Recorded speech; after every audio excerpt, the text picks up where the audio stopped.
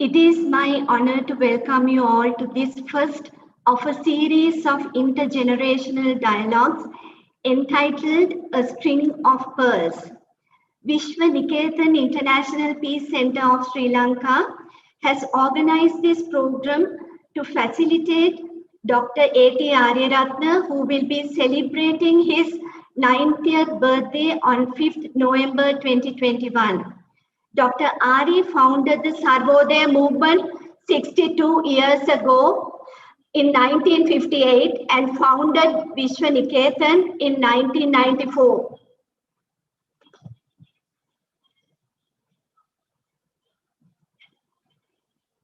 Vishwa Niketan dedicates this series of dialogues to Dr. A.T. Ariyaratne as an expression of gratitude for his lifetime of service to humanity.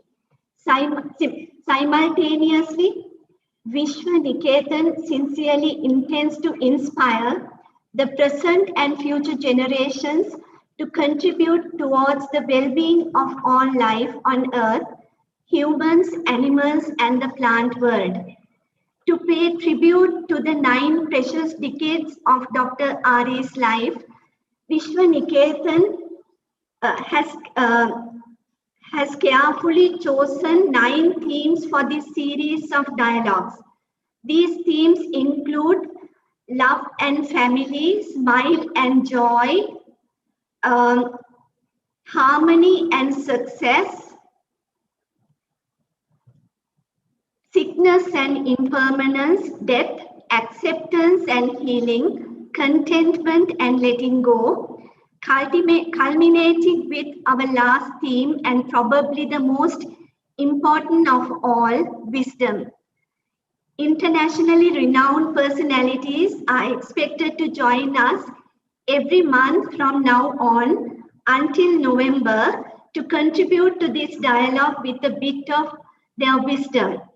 It is indeed a blessing that most Venerable Bhante Mahinda has accepted our invitation to inaugurate this series. We all remember with much gratitude that Bhante delivered the maiden Dhamma talk on our Vishwa Niketan YouTube channel. Therefore, without much ado, let me introduce Bhante with a brief welcome note. Born in Malaysia, ordained in 1976, as a Buddhist monk under the tutelage of the late Venerable Dr. Sri K. Sri Dhammananda Nayaka Thero, Bhante undertook a Buddhist studies program at the Paramadhamma Chettiya Buddhist Institute in Sri Lanka from 1977 to 1982. He was trained in meditation by several well-known Theravada masters in Sri Lanka, India, Myanmar, and Thailand, and was inspired by Mahayana masters from China, Taiwan, Korea, and Japan, as well as by Vajrayana masters from Tibet, Nepal, Bhutan, and India. Bhante Mahinda has taught mindfulness and Mehta meditation for more than 30 years in 20 countries. Currently, Bhante is the abbot of the Aloka Meditation Center in Australia, founder and spiritual director of the Australian Buddhist Mission and the Aloka Foundation Malaysia. He also holds many other prestigious positions in a number of other Buddhist organizations in East and West Malaysia and Singapore. Now I would like to introduce our 2 moderators, Tiara Ganegama and Sanara De Silva. Tiara and Sanara were 2 of the first few children to join Vishwa Niketan's 3-year mini spiritual retreat for kids program commenced in 2010. They have already begun their own journey of serving a purpose larger than their own lives. Tiara has just been recognized by Dr. Asha DeVos, the world-renowned marine biologist, as one of the local ocean heroes for her digital story entitled Appreciation of Our Oceans. Sanara has already proven her unstinted commitment and dedication to raise the voices of different cultures and ethnicities united every human being. She was invited to speak on behalf of all children in Sri Lanka in the Global Network of Religions for Children Forum GNRC organized by Arigato International. Her most recent initiative, The Bridge to Harmony, was a humble attempt to remember the victims of the Easter Sunday terrorist attack and ignite ethnic and cultural harmony in Sri Lanka. With these introductory remarks, I would like to invite Tiara and Sanara to commence the dialogue with our most venerable Bhante Mahinda. Thero Saranai Bhante. Thero Saranai Bhante. It truly is an honor to have you here with us via Zoom to carry out our wisdom conversations under the topic of family and love. And I'm also delighted to have Sia, also known as Dr. Ariyaratne, to engage with this conversation. We have fond memories of your visit back in 2014 to Sri Lanka, Bhante. And I remember you conducted a Mehta session with us at Vishwaniketan for the kids program. So we definitely have some beautiful memories associated with that. Hope you're keeping well, Bhante. That's great to see. Before we move on to the questions we prepared under the topic love and family, we would like to invite Bhante to conduct a short meditation, metta meditation, to quieten our minds before we move on with our session. Oh, can you hear me first? Yes, Bhante. Okay, just bring your minds within. You may choose to close or half close your eyes. Just bring your attention within and observe the calm, the quietness within. Then remain in this state of calm and quietness for a few moments with clear sense of awareness. Whatever phenomena that arises, the sounds that you hear, feelings, sensation that arises, you have clear awareness of them and your mind is not disturbed, not distracted.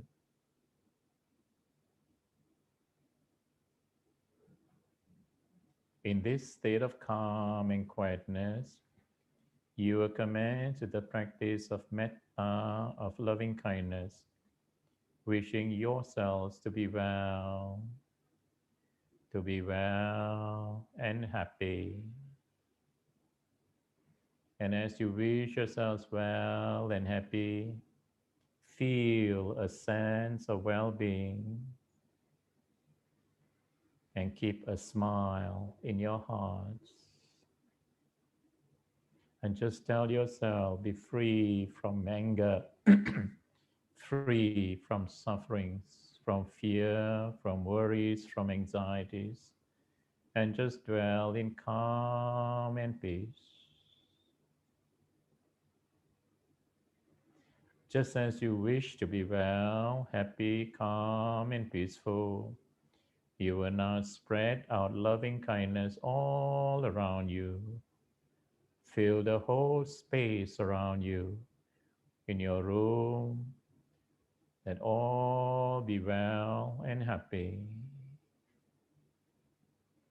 Going beyond your room to the whole house, the whole building, and all the surrounding areas, all the neighborhood, reaching out to the whole country, and beyond this country to all the neighboring countries, all the neighboring islands, covering the whole world, and all the realms of existence, known or unknown to us, seen or unseen, that may all beings be well and happy. All beings, may they be well and happy. May they be free from harm, free from dangers. May they dwell in peace and harmony, and all beings be well and happy, well and happy.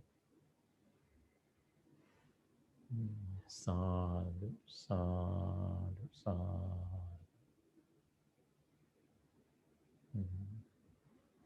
Okay, thank you. Yes, go on, Sanara. Yeah. Thank you so much, Bhante. We definitely helped us quieten our minds.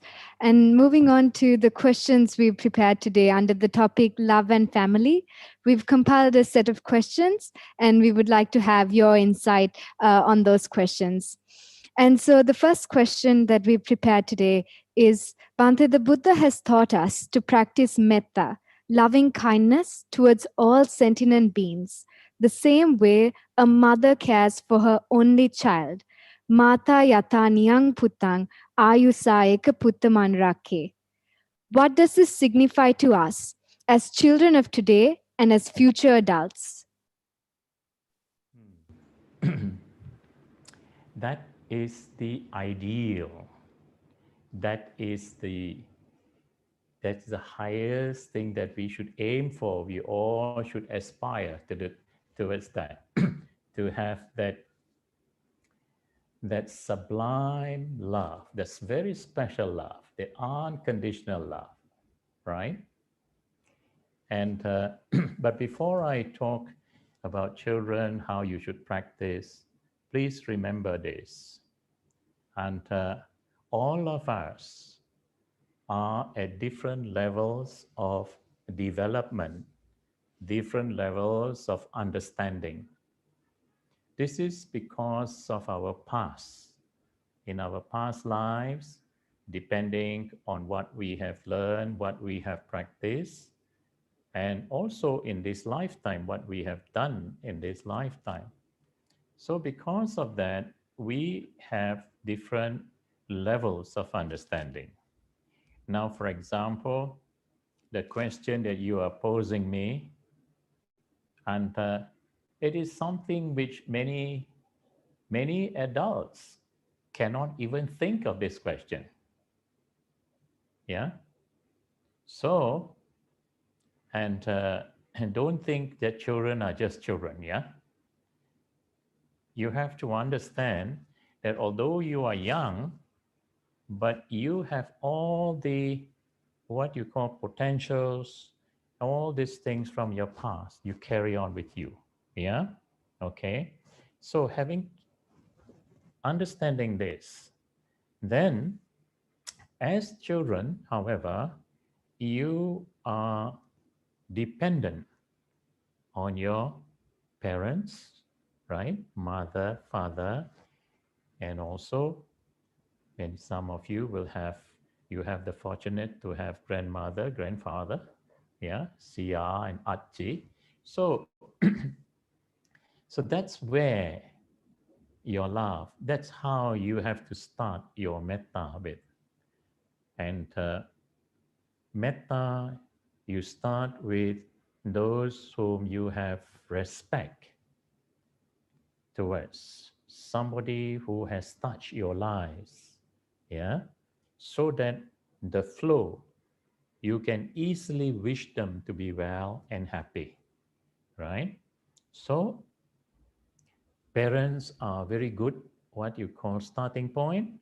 We think of our parents, we think of mother, father, and then we think of what you call our grandparents, and then your siblings, brothers, sisters, also wish them all to be well and happy. Yeah. And this is how, what I would tell the younger ones, and just to simplify, to think of themselves to be well and happy, be free from troubles of mind and body. Yeah. And then after that, think of mom and dad and just wish them all to be well, happy, free from troubles of mind and body. Yeah. So I simplify those words. Yeah. And then after that, And when you start to go to school, as you all have gone to school, so you extend your loving kindness. You should extend loving kindness towards your teachers and then your classmates. Yeah. Now that's where you will meet a little bit of challenge, because you will have some classmates that are friendly towards you, and some classmates may not be so friendly, and they may be jealous of you if you are smart, if you have good marks. Yeah. And sometimes you may have that kind of rivalry with one another. Yeah. So that's where metta, you should try to radiate metta even to those friends, right? And who are difficult, who are unfriendly towards you, even those bullies. Yeah. I, I'll share with you one story. And this happened in the Sri Lanka, in Australia. This one young Sri Lankan boy, he was studying in a school, and there are very few Sri Lankans there. Mostly they are white Australians. So he was the target for bully. He was bullied.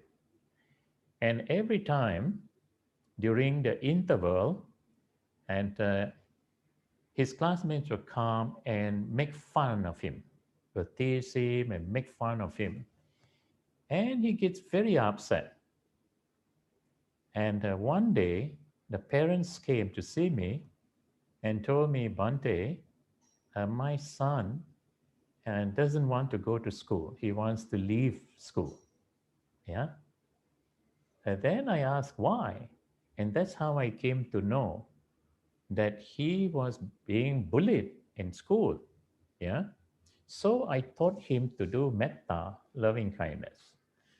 I told him, and he should wish himself well, happy, feel the sense of wellness, and then spread out all around.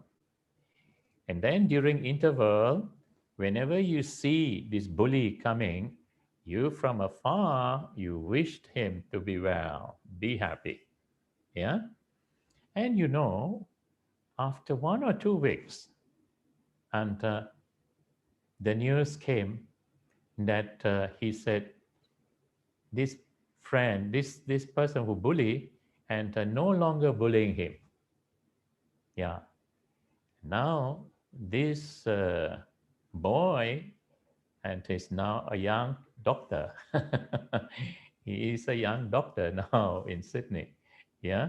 So that is the how when you go to school, in other words, you have to start your cultivation of loving kindness from your family, within your family, and then you go to school, you extend out to your teachers and to your friends. And then later, when you go to work, then you have your employers and all the other colleagues at work to extend them. And this is where the moment you get out of your house and you go out, you will meet challenges.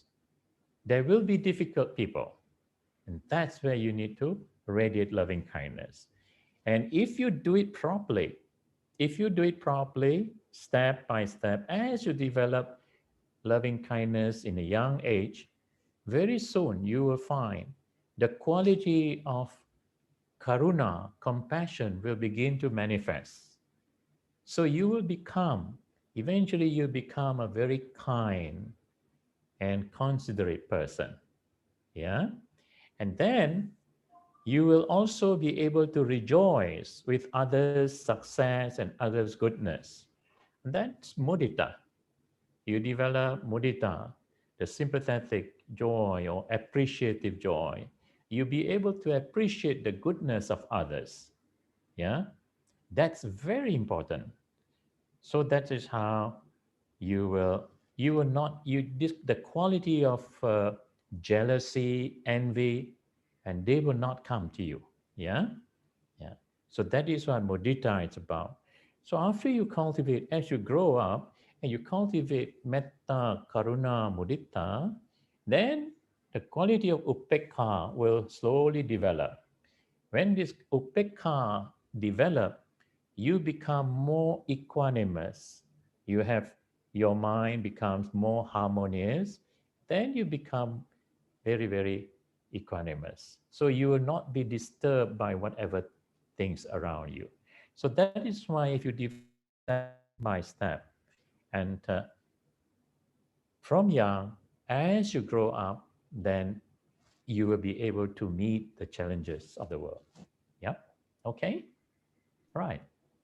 Thank you, Bhante. I think what you said was really important, and how you start off with spreading loving kindness, metta, and then gradually move on to develop qualities like karuna and upeka and mudita, which is also important for as young children to develop. So I thank you, Bhante, for sharing your insight on that. Once again, Bhante, thank you so much for those valuable words. I too believe that loving kindness should be spread all around the world, regardless of one's race, religion, or ethnicity. The next question we have for you, Bhante, is there a right and a wrong kind of love? Are there any parameters as we as children of today and future adults should pay heed to when we receive love from the outside world? There is no right or wrong love. Yeah. But there are different qualities. Yeah. Just like you have, the shoes that you wear and the clothes that you wear, they are different qualities, right? Some are poor quality, some medium, and some are good quality. Yeah. So the love that we have, and some love also poor quality. The poor quality kind of love will give you a lot of suffering. Yeah. Then there are medium quality, right? Will give you not so much suffering, but still some suffering there. Right. Then there is the high quality, the very good quality of love. And that's what we call metta, loving kindness. That is the unconditional love, the love for all sentient beings, that all be well and happy. Now, this kind of love will lead us eventually to gain our final liberation. Yeah. With regards to all the other kinds of love, when you have time, you talk to mom and dad, and they have experienced that kind of love. Yeah. Otherwise, you talk to Sia. Yeah. And that love, the kind of affection that they have to one another, it's good. But because there's affection, there's also attachment, no? Yeah. Yeah. So sometimes when the children don't do what they like the children to do, then they get upset also. Yeah. Uh, so that is how slowly we have to gradually develop this loving kindness until the loving kindness becomes sublime. This is what you call the Brahma Vihara. Brahma Vihara, they are the sublime state of mind. Yeah? Yeah. Now, with regards to looking out for love outside, yeah? And before you look out for love outside, it is important for you to recognize and what this love is inside. Yeah. You know the trouble that many young people, not only young people, there are not so young people also, who are always looking for love outside, right? And but if you do not have the love if you do not love yourself, and if you cannot feel the love for yourself, how can you recognize the love outside? Right? So that is very important. That is why it is so important for you when you start at home and when you have a family where mom and dad and grandpa, all, give you the kind of loving, tender care, then you experience that love. When you are able to experience the love, then as you grow up, you know how to give love to others. And not only that, you will also know how to recognize, right, the love outside. Yeah. Now, you know, uh, when you talk about looking out for love outside enough to find your what you call lifetime companion, this is what the Buddha has to advise. Buddha's advice is this, yeah, that if you are looking for a good companion in life, lifelong companion, you should find somebody who has similar level of understanding. Yeah, not not too clever, not too stupid. Yeah, if they are too clever, you will have problem, argument. If too stupid, you also will argue. So you have similar level or a little bit higher understanding. Now this understanding, what is this understanding? Same level of understanding or a little bit better. What is it about?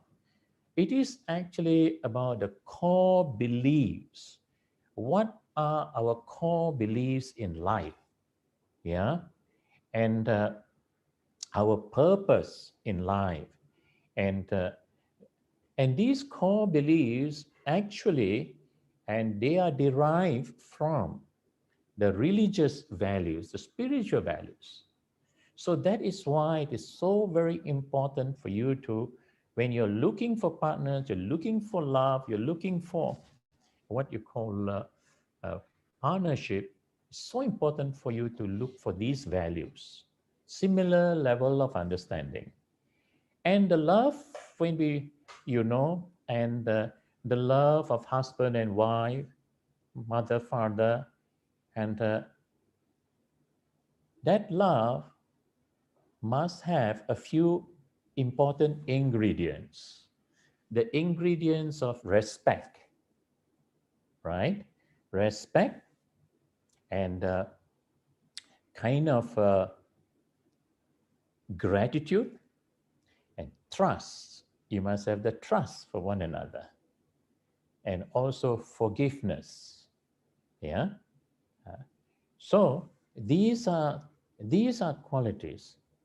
When we talk about love, and especially as you grow up, and then you must know that the love, when you love somebody, you must have the respect for that person.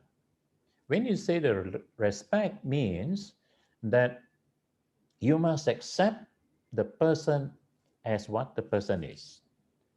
We cannot be expecting the person to change their ways overnight. Yeah, we learn to respect. Yes, we have to learn to respect our parents, our elders, but we also have to learn to respect one another, right? Okay, so there must be respect, there must be the care, the trust that you have one another, and then the gratitude and that kind of what you call forgiveness for one another. Yeah, then these are the parameters, these are things that you look for when you outside. Yeah, so don't judge. A lot of mistakes that many young people do is actually they look for love, but they look for something that is only very external, very what you call the looks, yeah, just external only. And the color of your skin and the shape of your body, they all can change. But the internal quality, that loving kindness, the kindness, compassion, respect, gratitude, humility, that is what you have to look for. Okay? Okay, next one. So Bhante, I think one thing that you told really I agree with is the fact that a lot of youth, they go behind looking at external characteristics like appearance, and then they sort of love people based on that. But I think it's really important to base love on internal factors like humility, and also the fact that we need to understand that love goes hand in hand with parameters like respect, gratitude, trust, and forgiveness. And I think that's really important, and we have to start loving ourselves and then out and go out there and love everyone else. So moving on to the next question: how important is love and care within a family setting for children as well as parents and even grandparents? Very, very important. Very, very important. Yeah. And first, you have to understand that you are born into a certain family, right? With father, mother, grandma, grandpa, oh yeah. And it is not by chance. Yeah. We are born into a certain family because of the connection that we have made in our past lives. In our previous lives, because of the connections that we have made, that's why we are born into that particular family. Yeah. So please don't blame your parents. Yeah. And also don't blame your brothers and sisters, and don't fight with them, because you have, you know, your karmic desire, your karmic connections. And some, they are samsaric connection. The karmic connections are something that, you know, they may not be so long, this thing, long lasting.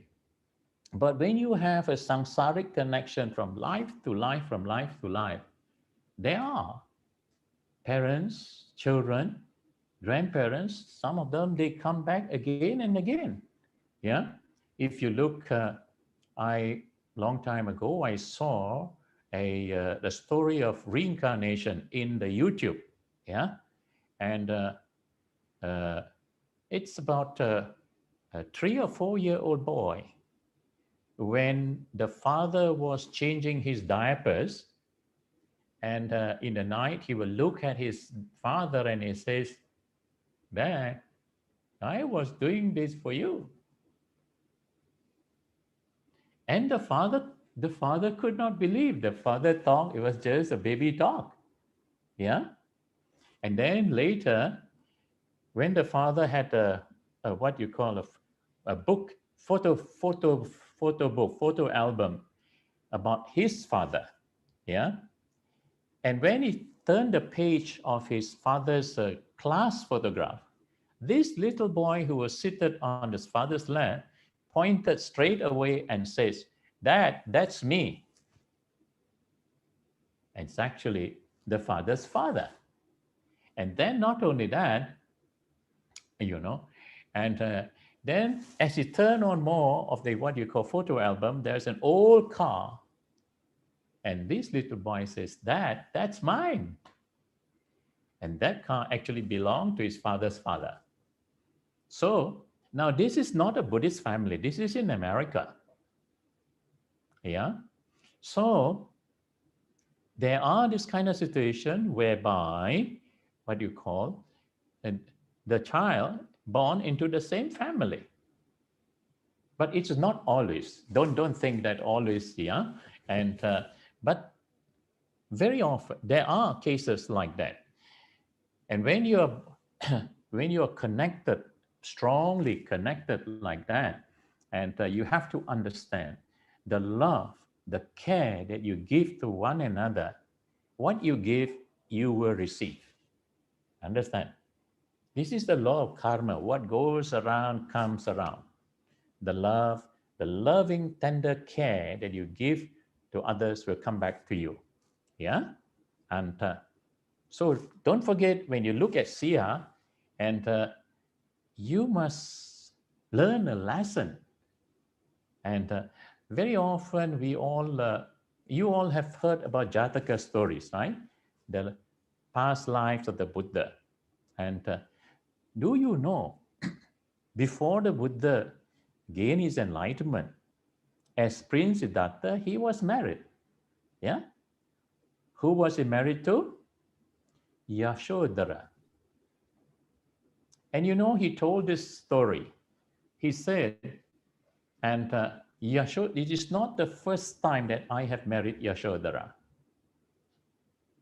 Then he recalled in the past lives how they were together. They were together, not only as humans, even as animals in the Kinnara Jataka. Yeah. And as animals, as and the birds, yeah, they were always together, and they were supporting one another. They were supporting one another. And you have a classic example. You don't have to go very far. You just have got to knock the door of Sia. Yeah? You see how Sia and Achi, your grandma, how they live. Yeah? And how they were supporting one another. Yeah? And up to 80s and 90s. Yeah? And it's very important that they support one another. Yeah? And this kind of support will go from life to life if they continue this with the kind of metta, the kind of compassion, and the kind of understanding. And this will go on life to life, following the footsteps of the Buddha until they gain their final liberation one day. Yeah? Okay? Right. Next question. Thank you so much, Bhante, for those valuable words. The next question we have for you is that we all know it's easy to practice metta when everything's happening the way you want it to. But how do you practice metta when there are so many obstacles and your life feels like a roller coaster?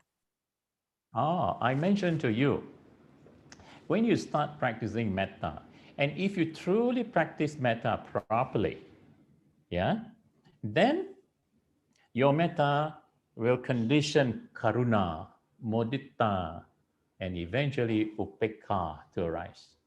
And you know what upekkha is? Upekkha is that equanimous state of mind where you are not disturbed, labo alabo, ninda vasansa.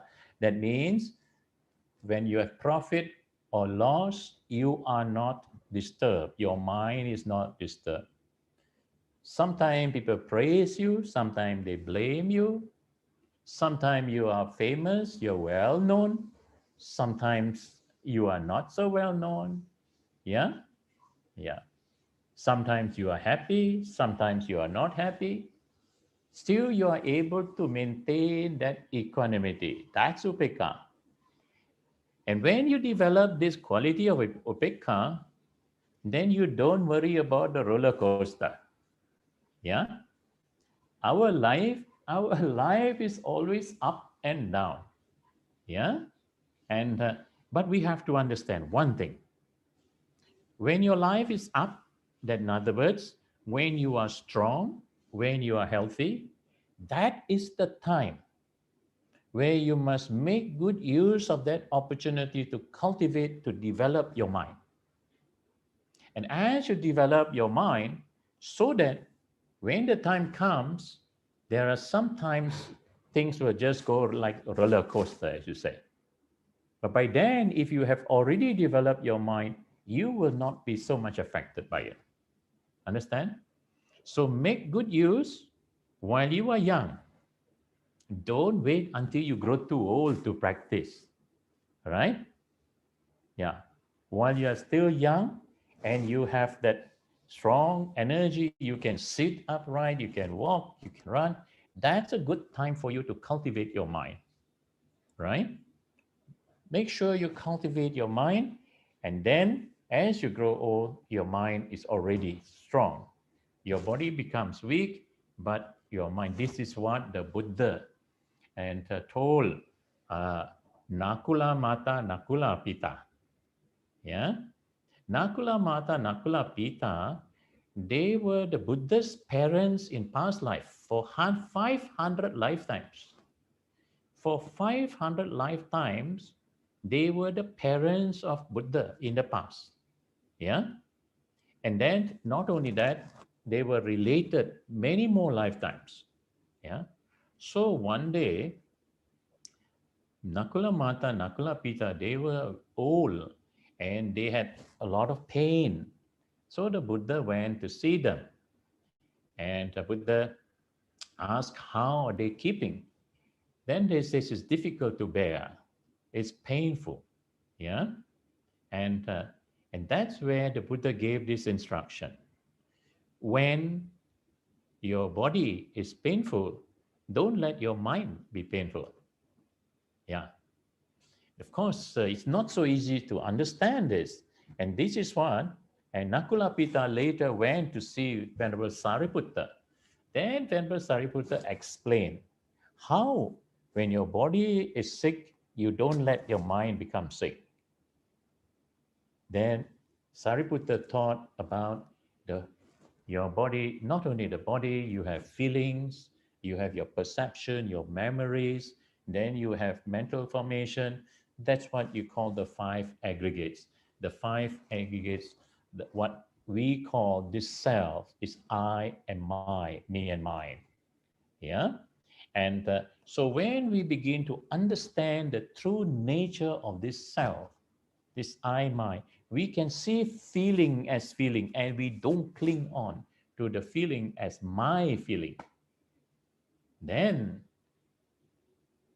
as we grow old, there will be pain, but we'll be able to observe the pain, come and go. That whatever is of the nature to arise is of the nature to cease. Yeah. So, and what is important is this: you have to remember that metta is that loving kindness, that unconditional love that is extended towards all sentient beings. So, as children, you start with your family, right? But as you grow up, you should not focus only on your family. Yeah? Because metta is for all. If you have this idea as you grow old and you have that kind of attachment is my family, then disappointment can come. Understand? Yeah. So we must spread out loving kindness to all, right? So I wish you all, and you are so fortunate, and I will tell you why. And firstly, you are so fortunate to have your Sia and Achi. Yeah. And actually, I learned from him. You know, we have metta around the world. Yeah. Metta around the world, we got inspiration from your Sia, Dr. Ari, right? When I was studying in Sri Lanka in 1977, 78, I visited what you call Sarvodaya. Yeah, I visited the center. Then I heard about this practice of metta, karuna, mudita, upekha, and then how it's translated into action. Yeah. So I was very impressed, but I could not do anything because I had to study. So it was only after my studies, then that's how. And when I saw the world, today the world is such a chaotic world, yeah, and the crisis that we are facing. And that is why now I come back to metta and mindfulness. So I am promoting metta and mindfulness. Okay. I hope that you all will practice this well, and then you will be great asset to the world. Yeah. Thank you. Thank you, So Bhante. good to see Dr. Ari. Yeah. Thank you, Bhante. Now we invite Dr. Ari to share a few words with us today. Thank you. I'm delighted and I'm very happy that you and Sanara had the good fortune to have a dialogue with our Venerable Bhante Mahinda. And I too am sure everybody who listened to your conversation would have learned very, very much from Bhante's advice. I remember a couple of years ago in Australia, I had the opportunity to be a novice monk just for a few days under Bhante Mahinda. And that was a short period during which I had the greatest happiness in my life, detached from everything, but as Bhante Mahinda said, detached from everything, but keeping my loving kindness open to the entire living world. I'm very happy I have both of you and other grandchildren following the footsteps of myself and Archie. Both of us for over 6 decades have been practicing Metta, Karuna, Mudita, Upekka, and I'm sure while we have rendered lot of help to millions of persons in our country and outside, still more, we have gained a lot for ourselves because we have no big desires. We have our life's needs being satisfied, and besides that, we don't have any greed for anything, for land, or money, or honor, or anything like that. But we have a great joy of living we have enjoyed. We have enjoyed mudita, detached joy and happiness. So as children, good that you have started at this age to practice loving kindness, first to yourself, your family, your neighborhood, your country, your world, and humanity, and the living world as a whole from this time. And also, you should be of help in whatever way you can while you are still at school, while still you are studying, to the rest of the world. In fact, I started my work maybe at the age of 15. So was your grandmother. We started while we were still at school, helping others who were less fortunate than ours. We have to build, you have to build the new world. We may have laid a certain foundation where we go beyond ourselves to the entire living world and try to make it safe for all living beings this planet. You have to carry it forward with new ideas, with new technologies, new ways of doing things, but founded on the basic teachings of the Buddha. And finally, we do all this because we want to put an end to suffering. Birth is suffering, getting old. Now I'm 90, so I know what suffering is, physical suffering is. In the same way that Bhante advised, though your body is not that strong, still I try to keep my mind as clean as possible, as strong as possible, so that I don't allow the aging of my body in any way to affect my mind. My mind should always keep young. My mind should always live at this moment. And my mind should completely eradicate whatever desires I have, whatever ill will I have, whatever ignorance I have, so that lobha, dosa, moha will not disturb me. And finally, I should be able to attain the highest possible level of enlightenment. So you should have an objective like that in life and create that new world which we are all looking forward to. And Venerable Mahinda, my deep respect to you. Every day I remember you and I pass on to you all the merit that is necessary for you to give added strength to continue your mission in the world so that we can have a humanity with greater loving kindness, service, detached joy, and equanimity, so that we will have more peace and happiness for all human beings. Thank you, Bhante. Thank you, Tiara.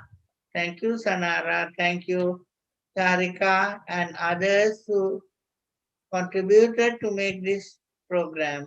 So I'm happy that I have a generation, 2 generations of my children and grandchildren continuing the program which we started. Thank you very much. Thank you, Sia, for those kind words. Now, moving on, I think Dr. Charika wants to share a few words before we conclude today's session. Thank you very much. On behalf of the Board of Trustees of Vishwaniketan, I would like to extend my sincere gratitude and respect to Most Venerable Bhante Mahinda for accepting our invitation and sharing his wisdom. I would also like to thank Tiara and Sanara for agreeing to moderate this session, and you two moderated this session with so much depth and love. I would also like to thank Jalanta, Sanji and Madhushan for all the technical support you all extended, and also finally all the 150 odd participants who are connecting with us from different parts of the world for your beautiful presence. May all of you be well, happy and peaceful. Thank you very much.